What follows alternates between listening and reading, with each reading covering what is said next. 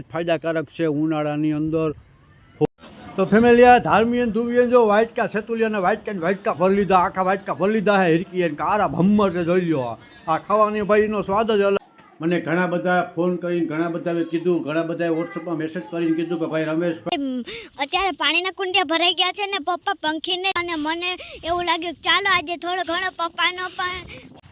પછી ફેમિલી બીજી એક ખુશીની વાત છે આપણે આજે, જે આપણે આ નારિયેલી છે, 2 નારિયેળના પાન છે ફેમિલી. તમે એને એકઠા કરી જાજા બધા એકઠા કરીને આપણી અગાસી ઉપર કે ગમે ત્યાં સૂકવી દેવાના.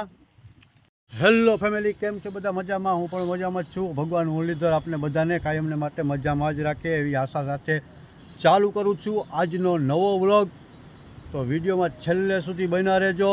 વિડીયો સારો લાગે તો લાઈક કરો, શેર કરો, કોમેન્ટ કરો, અને હા, જો આપ નવા હોવ તો યાર પ્લીઝ મારી ચેનલને સબસ્ક્રાઈબ કરો અને બેલ આઇકોન દબી દો, જેથી મારા દરેક વિડીયોનું નોટિફિકેશન તમને મળતું રહે.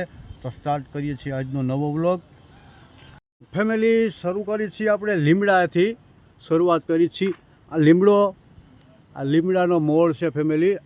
જો તમને બતાવું, બહુ જ ફાયદાકારક છે ઉનાળાની અંદર, ફૂલ ફાયદાકારક છે. લીમડાનો મોળ ખાવાથી શરીરમાં તંદુરસ્તી રહે, તાવ આવ્યો હોય તો તાવ પણ વહી જાય અને એકદમ હેલ્ધી રહો. પછી બીજા નંબરમાં લીમડાનું દાંતણ પણ કરવાથી એનું દાંતણ પણ બેસ્ટ છે. અને આ લીમડાની અંદર જો ગળો ચડ્યો હોય, ગળાને ફેમિલી તમે ઓળખતા હશો, એ ગળાને વાટી અને એનું જ્યુસ પીવાથી શરીરની અંદર તમે એકદમ નિરોગી રહો છો અને તાવ આવ્યો હોય તો તાવ પણ વહી જાય છે. અને હવે આગળ તમને બતાવું એક બીજું. તો ફેમિલી બન્યા રહેજો. ચાલો હું લઈ જાઉં છું તમને હરગવા પાહા, જે આપણા જીવનનું એક બહુ બેસ્ટ ઉત્તમમાં ઉત્તમ વૃક્ષ છે સરગવો. તો ફેમિલી આ છે હરગવો. આને તમે બધા ઓળખતા જ હશો. આ હરગવાનો જો આ રીતે ફાલ આવે, આ સરગવાનો ફાલ છે. આ ફાલ પણ બેસ્ટ છે. આ ફાલને સવારે ઉઠીને નૈણા કોઠે ખાવાથી ચાવીને તમે આખો દિવસ સ્ફૂર્તિ રહે છે, બહુ હેલ્ધી રહે છે. અને આના શું શું ફાયદા છે હું તમને બતાવું ફેમિલી. હમણાં સરગવાનું ફાલ છે તો કડવો હોય પણ બેસ્ટ છે, શરીરને માટે ઉત્તમ છે. અને આમાં એટલું બધું પ્રોટીન હોય ફેમિલી, એની વાત જવા દો. હું તમને બતાવું હમણાં. આ સરગવાના પાન પણ ખાવામાં બેસ્ટ છે. સરગવાની સિંગ આપ સૌ જાણો છો, આનું શાક થાય છે અને આનું શાક બહુ જ ઉપયોગી યાર ફેમિલી. આનું સરગવાનું શાક ખાવાથી શરીરની અંદર પ્રોટીન, કેલ્શિયમ બધું જ જે તમારે ઘટતું હોય બધું મળી રહે છે. અને આની ચાલ પણ ખવાય અને આનું દાંતણ પણ કરાય, આની દાળનું દાંતણ પણ કરાય છે.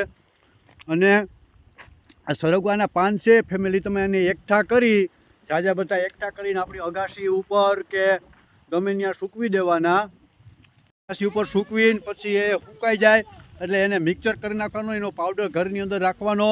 અને સવારે ઉઠી અને નૈણા કોઠે કાંઈ પણ પેટમાં ખાધા પીધા પહેલાં આનું જ્યુસ પી લેવાનું.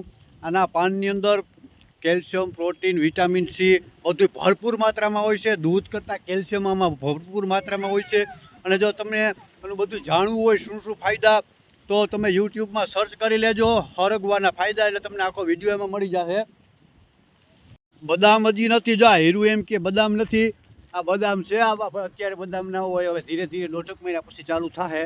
આમાં હીરું અત્યારે બદામ ન હોય. બાકી જો અહીંયા સાંજે સવારના પોરમાં છે અને અહીંયા આવીને જો હું ખાવ છો મગફળી. ફેમિલી મગફળી ખાય છે. ધાર્મી હીરું બે ધ્રુવી તો એના મામા ત્યાં ગઈ છે. બાકી સેતુલિયા તો ખાઈ લીધા છે. અહીંયા ઘડીક પહેલાં સેતુલિયા ખાઈ લીધા ને, સેતુલિયા ખાઈ લીધા. બાકી જો આ ઉનાળો છે, હવે આખર આવવા માંડ્યું છે. જો આમ બધા ટ્રેક્ટરો પોતપોતાની ખેડ કરે છે ફેમિલી.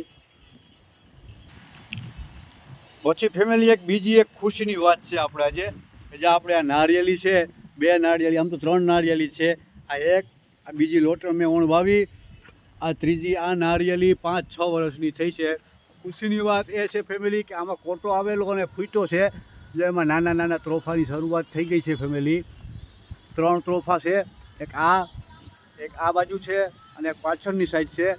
એટલે એ કદાચ ચોમાસાની સિઝન પૂરી થાય એટલે આપણે આવતી સિઝનમાં ટૂંકમાં આ ટાઈમે ત્રોફા પીવાનો લાભ મળશે ફેમિલી. એટલે અત્યારે પાણીના કુંડિયા ભરાઈ ગયા છે ને પપ્પા પંખીને ચણ નાખે છે, કેમ કે પંખીના આ સીમની અંદર ક્યાંય મળે નહીં, એટલે હું તમને દેખાડું. એટલે અત્યારે મારા પપ્પા કુંડિયામાં પાણી નાખે છે અને હીરું પણ ભેગા કૂદકા મારે છે. અને ફેમિલી તમે પણ તમારા ઘરે કુંડિયામાં પાણી નાખજો, પંખી પણ તરસ્યા થયા. હેલો ફેમિલી, તો અત્યારે અહીંયા પાન ખરે તે પપ્પા વાડી સોરી રહ્યા છે અને મને એવું લાગ્યું કે ચાલો આજે થોડો ઘણો પપ્પાનો પણ ઉતારી લઉં વિડીયો. મને એવું લાગ્યું કે ચાલો આજે હું પણ થોડો ઘણો વ્લોગ બનાવું. તો ફેમિલી આ ધાર્મિયન ધુવિયન જો વાટકા સેતુલિયાના વાટકા ભરી લીધા, આખા વાટકા ભરી લીધા હે હિરકી કારા ભમ્મર છે. જોઈ લ્યો આ ખાવાની ભાઈનો સ્વાદ જ અલગ છે. વાહ ભાઈ વાહ, આને ભરી લીધા આખા વાટકા આટરમાં. હવે બેઠી હે ની રીતે ખાધા રાખશે.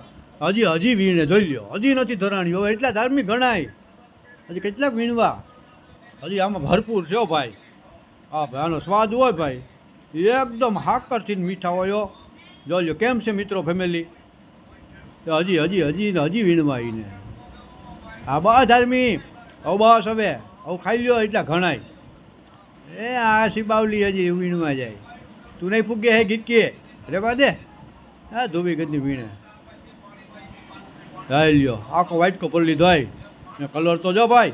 ફેમિલી આ રોપડો છે ને ભાઈ મોટ ડેમે વાવશે આપણે અષાઢ મહિનાની અંદર. મોટ ડેમે મળી જશે 2 રૂપિયા કે 5 રૂપિયાનો રોપ મળે તો બધાએ વાવજો બધાની વાડીએ. અને ખરેખર તો છે ને ભાઈ ચોમાસા દરમિયાન દરેક ખેડૂતને 1 વર્ષની અંદર 2 ઝાડ તો વાવવા જ જોઈએ. ઝાડ આપણે માટે બહુ ફાયદારૂપ છે. વરસાદ પણ લાવે, છાંયો આપે, ઓક્સિજન આપે, પંખીને છાંયો આપે અને વરસાદને ખેતી આપવામાં પણ મદદરૂપ કરે છે. તો દરેક ખેડૂતને મારી એટલી અપીલ છે કે દર ચોમાસામાં ઓછામાં ઓછા 2 ઝાડવા વાવવા જોઈએ. ભલે પછી તમારા ખેતર ના વાવો, જગ્યા ના હોય કાંઈ વાંધો નહીં, પંસારો છે એવો ગૌચરની જગ્યા ખુલ્લી હોય ત્યાં જઈને વાવી આવો. અને એના ચોમાસામાં પાણી પાવાની જરૂર નથી. ઉજરી ગયો પછી ઉનાળામાં તમે ગમે ત્યારે 10-15 દી એકવાર પાણી પાયાવો તો પણ હાલે. એટલે મારી એક અપીલ છે કે ભાઈ દર ચોમાસે દરેક ખેડૂતને 2 ઝાડવા વાવવા, એ બધાને ફાયદારૂપ જ છે. તો ફેમિલી આ છે કણજી જે ઘણા લોકો આને પીલ પાપડાના નામથી ઓળખાય છે, પણ પીલ પાપડું નથી. આ કણજી જ કહેવાય. એમાં ને આમાં બેમાં ફરક આવે. આ કણજીનું દાંતણ થાય અને આનું દાંતણ છે ને ભાઈ, આનું દાંતણ બાવળ કરતાં પણ બેસ્ટ છે લીમડાનું અને આનું. આ જો કે મેં છે ને થોડુંક આ થાંભલો હતો નડતો હતો એટલે થોડુંક મેં કાપી નાખ્યું છે. બાકી આનું દાંતણ બેસ્ટ છે આનું દાંતણ. અને પછી બીજા નંબરમાં ચોમાસાની અંદર જે જીવાત આવે, મચ્છરીઓ ઉડતી હોય, મચ્છરને આ તે બરાબર વાડીએ વાવેલું હોય તો તમારે વાવીને તમારી રીતે નોટિસ કરી લેજો. આ ઝાડવું હશે ને એની આજુબાજુમાં મચ્છર કે મચ્છી કંઈ નહીં આવે. કણજી કહેવાય, જે આપણે મોટ ડેમે ચોમાસામાં મળશે. 2 રૂપિયાનો રોપડો મળે. તો ફેમિલી આપણો આજનો વ્લોગ અહીંયા પૂરું કરું છું. અને પૂરો કરતા પહેલાં તમને એક વાત કહી દઉં કે જે આપણે માલધારીની વેદના ભાગ 1ની જે તમે બધાએ મને પ્રોત્સાહન આપ્યું, જે મને તમે બધાએ પ્રેમ આપ્યો તે બદલ હું તમારો બધાનો ખૂબ આભાર વ્યક્ત કરું છું. અને મને ઘણા બધા ફોન કરીને ઘણા બધાએ કીધું, ઘણા બધાએ વોટ્સઅપમાં મેસેજ કરીને કીધું કે ભાઈ રમેશભાઈ આનો બીજો ભાગ બનાવો. એનો બીજો ભાગ મેં બનાવી લીધો છે. માલધારીની વેદના ભાગ 2 બનાવી લીધો છે.